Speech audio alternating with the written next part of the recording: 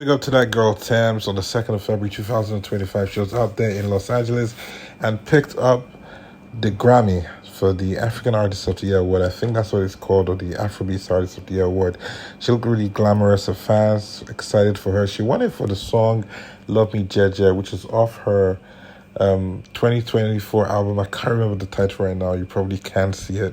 Yeah, big ups to her. It was a sample of a song done by Sodimu in 1997. That's 20, almost 30 years ago. She sampled the song. And so I was after she had won, obviously, the Sodimu song started going viral again. People that had not seen it, they now know the song.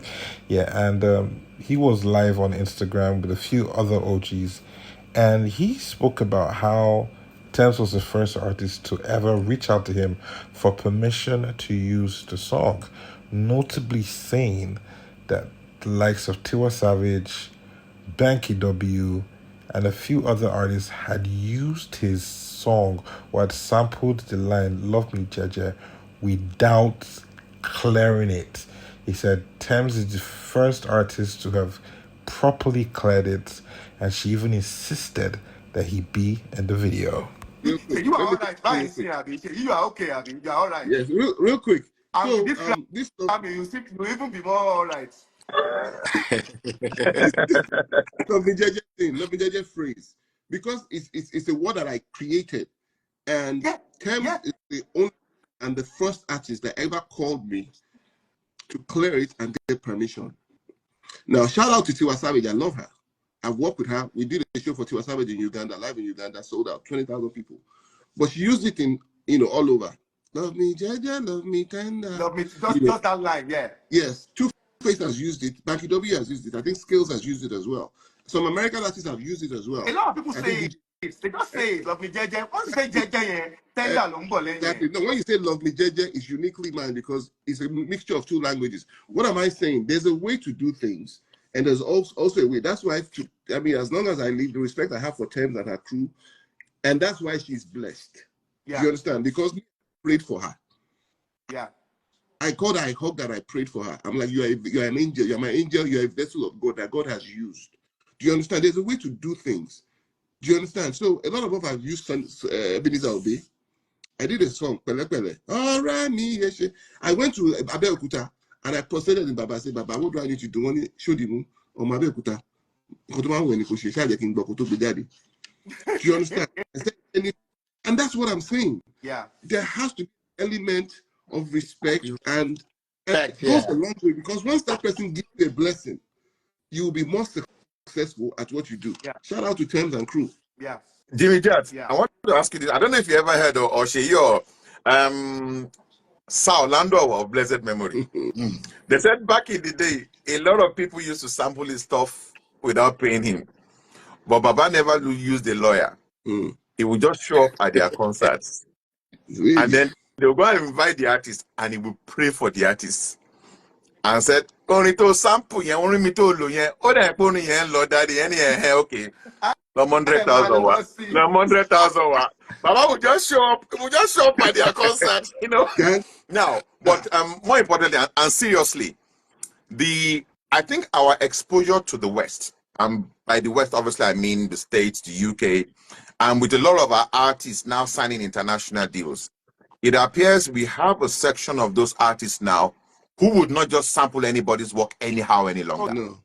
Because they know what the penalties could be. Yeah. And I think as the industry starts to continue to broaden, things will improve. I heard about there's a big major case going on right now with Mesichinwe in gospel, in terms of the licensing, where somebody use Olopa go carry one person, say use Olopa go carry one person, Olopa can talk, say you get to transfer that money. I say kilo day, which kind of talk with that? This is something lawyers should deal. Should deal with now, but because a lot of the ecosystem is still quite dark to certain things, but as things like this happen, the conversations will increase and it will improve, and things will people start to, because intellectual property is still something a lot of our people have no clue about. Yeah. Okay, so let me jump in. Let me jump in here. legally as well. You see, what I've been doing for the past almost 6 years now, just before the pandemic. I have some clients, I don't want to mention their names, but I have some clients who are OGs. In fact, Seyi, you're part of it as well. But I have some of these guys that are from our generation. When I say our generation, I'm talking about Jimmy, Jat, and all early guys that I do licensing, and then I also help with their publishing as well. That business is there. That business is there, and that practice is there. It's just not as It's not vibrant being utilized. as I hope, yeah. Because all these songs are available from Pasuma. I think Pasuma, not Pasuma, Ayuba. Active. Ayuba. I think he has signed with Sony Publishing Yeah. now. So it's not just all those guys. There are other artists that if you go to them and say, I want to use your song, people are beginning to be educated about music licensing that they'll now say, okay, no problem. You understand? And then they will engage a lawyer. So this happens not as frequent as I want it to be to make the business a bit more flowy, but it's happening. And I keep saying it. This Love Me JEJE is going to spark a lot of interest in back catalog of OGs. You will see. Yeah. Just watch. You will see. Okay. A lot of people. I mean, they use. Sorry, Abbas. They use these songs for film. They use these songs for adverts. They use so there's a lot of ways where you can make money with your music as an Right. OG. So if you are watching this now and you don't know, you can send me a DM. I'm not doing Ipolo Ojao, but you know, I can, even if you don't even sign with me, I can put you on And the you right are path. you are accessible. You are very, very And accessible. I'm available. Just a phone call away. Just a No. one call, but no, because it's needed. Trust me, it's needed. That's what I'm saying. I don't want to mention all my clients that I have because, you know, maybe I don't have their permission to let them know. But the thing is, we do this business. It's just that it should be something that is vibrant. Yeah. Don't think that somebody will, Gioni. The worst they can say is no. See, You understand? I mean, there are some people that I wanted to license their music when I was doing my documentary, and they refused. There's no. Oh, sorry. Did this thing just give me a thumbs up?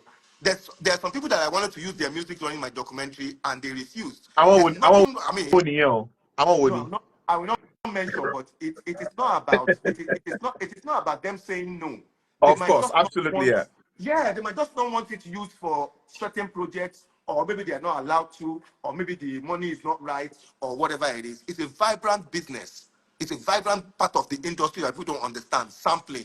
And you don't have to go and sample people from 19 Gbogbolo as well. You can even sample something from like 3-4 years ago. yeah. You understand? Music sampling does not have any, doesn't have any age limit.